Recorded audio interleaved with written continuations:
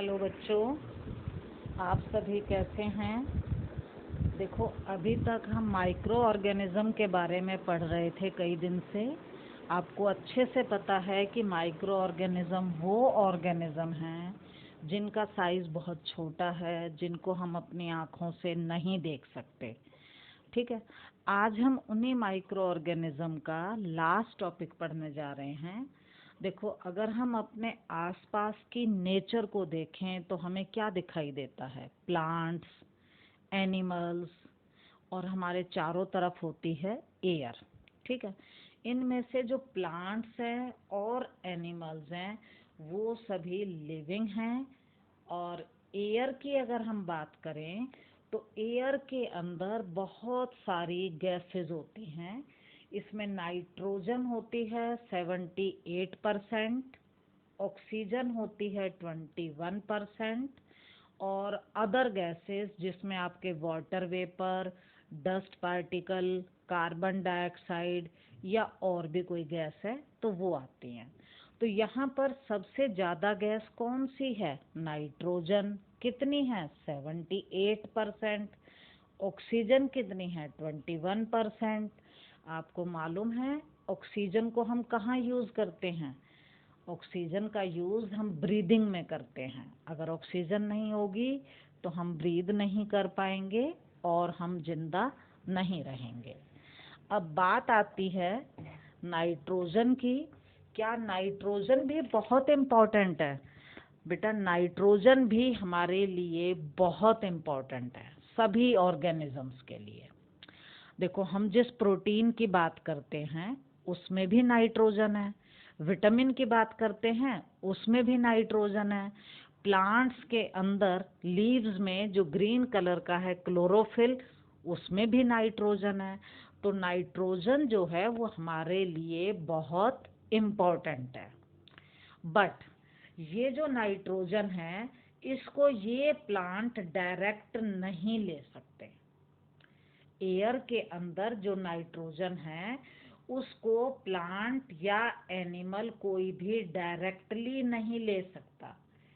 बेटा, फिर ये एयर से प्लांट और एनिमल में कैसे आती है? इसके लिए नाइट्रोजन का फिक्सेशन होता है।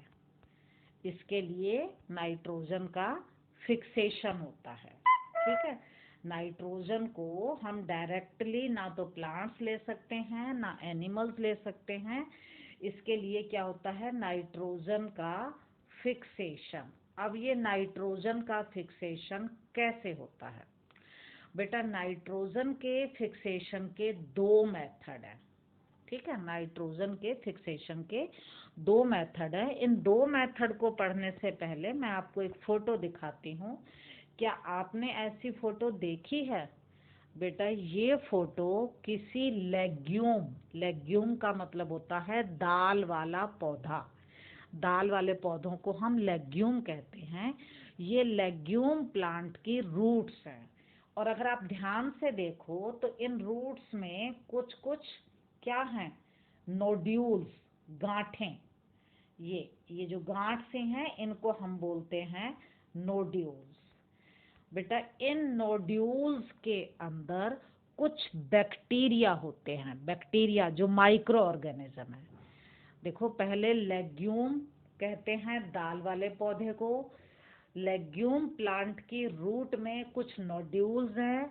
नोड्यूल्स के अंदर कुछ बैक्टीरिया हैं। उन बैक्टीरिया का नाम है राइजोबियम। बैक्टीरिया का क्या नाम है? राइजोबियम। बेटा, ये राइजोबियम बैक्टीरिया बहुत इम्पोर्टेंट हैं और यही क्या काम करते हैं? नाइट्रोजन की फिक्सेशन का। तो नाइट्रोजन फिक्सेशन किससे की जाती है? बैक्टीरिया से। तो फर्स्ट मेथड है नाइट्रोजन को कैसे फिक्स करते हैं? बैक्टीरिया से। सेकंड मेथड है लाइटनिंग। लाइटनिंग का मतलब जब बिजली चमकती है, जब बारिश होती है तो बिजली चमकती है, लाइटनिंग, उससे भी नाइट्रोजन का फिक्सेशन होता है। अब हम अपनी वर्कशीट पर आते हैं। देखो, सबसे पहली लाइन आपको क्लियर है, 78% नाइट्रोजन है एटमॉस्फेयर में। बहुत असेंशियल है सभी लिविंग ऑर्गेनिज्म के लिए। क्यों असेंशियल है? क्योंकि ये प्रोटीन में है, क्लोरोफिल में है, विटामिन में है, इसलिए ये बहुत इम्पोर्टेंट है। But plants and animals can not take it directly, वो एयर से डायरेक्टली इसको नहीं ले सकते। क्या करनी पड़ती है हमें? Nitrogen fixation. प्लांट्स को क्या करना पड़ता है? Nitrogen fixation. अब नाइट्रोजन फिक्सेशन क्या होता है? नाइट्रोजन फिक्सेशन का मतलब है अ प्रोसेस, ऐसी प्रोसेस, क्रिया, इन विच एटमॉस्फेरिक नाइट्रोजन, जिसमें एटमॉस्फेयर की नाइट्रोजन गेट्स कन्वर्टेड और फिक्स्ड, मतलब वो चेंज हो जाती है या फिक्स हो जाती है, किस में?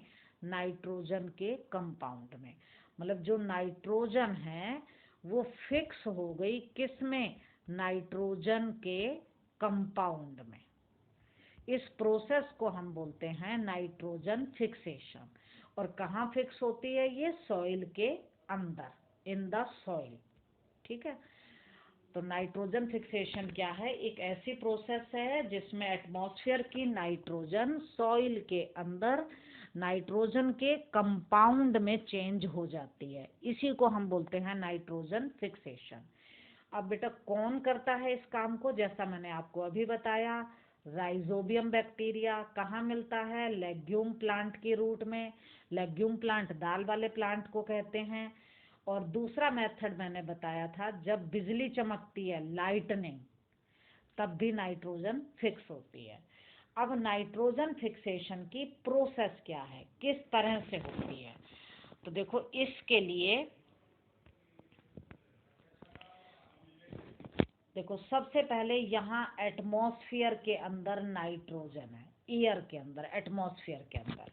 ठीक है। अब क्या होता है, इस नाइट्रोजन को जो आपके दाल वाले, लेग्यूम वाले जो बैक्टीरिया हैं वो लेते हैं। इस नाइट्रोजन को सबसे पहले आपके एटमॉस्फेयर के अंदर नाइट्रोजन है, इसको किसने लिया? Rhizobium bacteria. एक और बैक्टीरिया भी है, ब्लू ग्रीन एल्गी।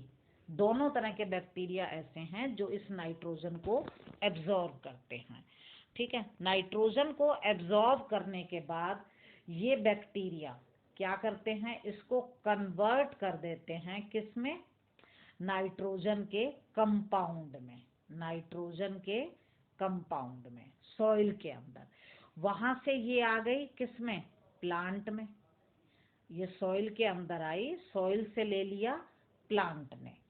और प्लांट को जब खाया किसने? एनिमल ने, तो एनिमल के अंदर आ गई। फिर प्लांट और एनिमल का जो एक्सक्रीटा है, वेस्ट मैटर है, जैसे गाय का गोबर है, हमारा टॉयलेट का डस्ट डंप है, उस सब के अंदर भी नाइट्रोजन होता है, वो दोबारा से सॉइल के अंदर मिल जाता है। मैं दोबारा बता रही हूँ, देखो सबसे पहले कहाँ थी? नाइट्रोजन थी सबसे पहले एयर के अंदर। यहाँ से इसको किसने लिया? बैक्टीरिया ने। बैक्टीरिया ने इसको किस में कन्वर्ट कर दिया? नाइट्रोजन के कंपाउंड में। नाइट्रोजन के कंपाउंड को सॉइल में मिलाया, तो सॉइल से किसने लिया? प्लांट ने। प्लांट के अंदर आ गया। प्लांट को खाया एनिमल ने, तो एनिमल के अंदर आ गया। फिर इन दोनों का जो वेस्ट था, एक्सक्रीटा, एक्सक्रीटा का मतलब जैसे हमारा टॉयलेट का, गाय भैंस का गोबर हो गया, प्लांट्स का भी वेस्ट मैटर हो गया, उससे ये दोबारा किस में आ गया? सॉइल में। ठीक है। यहाँ तक क्लियर है? उसके बाद सॉइल में आने के बाद यहाँ पर एक और स्पेशल टाइप के बैक्टीरिया होते हैं जो नाइट्रोजन कंपाउंड को वापस एयर में भेज देते हैं। तो एयर की नाइट्रोजन भी बनी रहती है और प्लांट्स और एनिमल को कंपाउंड भी मिलता रहता है। तो ये एक साइकिल चलता रहता है। ठीक है। इसको हम बोलते हैं नाइट्रोजन साइकिल। अब क्वेश्चन पर आते हैं हम। Which bacteria is found in the roots of bean and peas? Bean और पी दाल वाले प्लांट हैं, तो बैक्टीरिया का नाम क्या है? राइजोबियम। सबको पता है, मैंने अभी आपको फोटो भी दिखाई है, राइजोबियम। एक बार मैं दोबारा से आपको फोटो दिखा देती हूँ। ये है राइजोबियम। इसके रूट्स के अंदर ये नोड्यूल है, नोड्यूल के अंदर बैक्टीरिया है। बैक्टीरिया नाइट्रोजन को नाइट्रोजन कंपाउंड में चेंज करते हैं। Next question, what are different methods by which nitrogen fixation takes place. Nitrogen fixation कैसे होता है? इसके दो मेथड है। फर्स्ट मेथड तो बैक्टीरिया से होता है, बाय बैक्टीरिया, और दूसरा मेथड है बाय लाइटनिंग, जब बिजली चमकती है।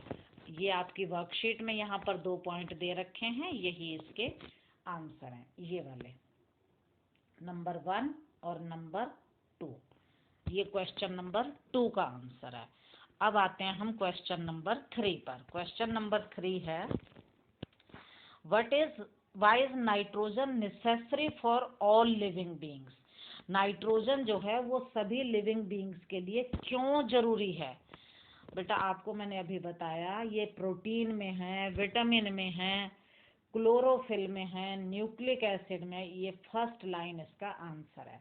Nitrogen is found in protein, chlorophyll, nucleic acid and vitamin, तो इसलिए ये बहुत जरूरी है। Question number 4। क्वेश्चन नंबर 4 है, how does the amount of nitrogen in the atmosphere remain constant. कि एटमॉस्फेयर के अंदर नाइट्रोजन जो है वो कांस्टेंट क्यों रहती है? 78% है तो 78 ही क्यों रहती है, कम या ज़्यादा क्यों नहीं होती? बेटा इसका रीज़न है nitrogen cycle, due to nitrogen cycle. क्यों? देखो नाइट्रोजन एयर से तो आई बैक्टीरिया में, बैक्टीरिया से आई सॉइल में, सॉइल से आई प्लांट, प्लांट एनिमल, फिर सॉइल, और सॉइल से वापस एयर में गई। मतलब एयर से सॉइल में आ रही है, सॉइल से वापस एयर में जा रही है, तो ये साइकिल चलता रहता है और नाइट्रोजन कभी भी खत्म नहीं होती, वो फिक्स रहती है। तो इसका आंसर आएगा nitrogen, amount of nitrogen remains constant due to nitrogen cycle. ठीक है बेटा, आपको वर्कशीट समझ आ गई होगी। अगर आपका कोई डाउट है तो ज़रूर पूछें। बाय।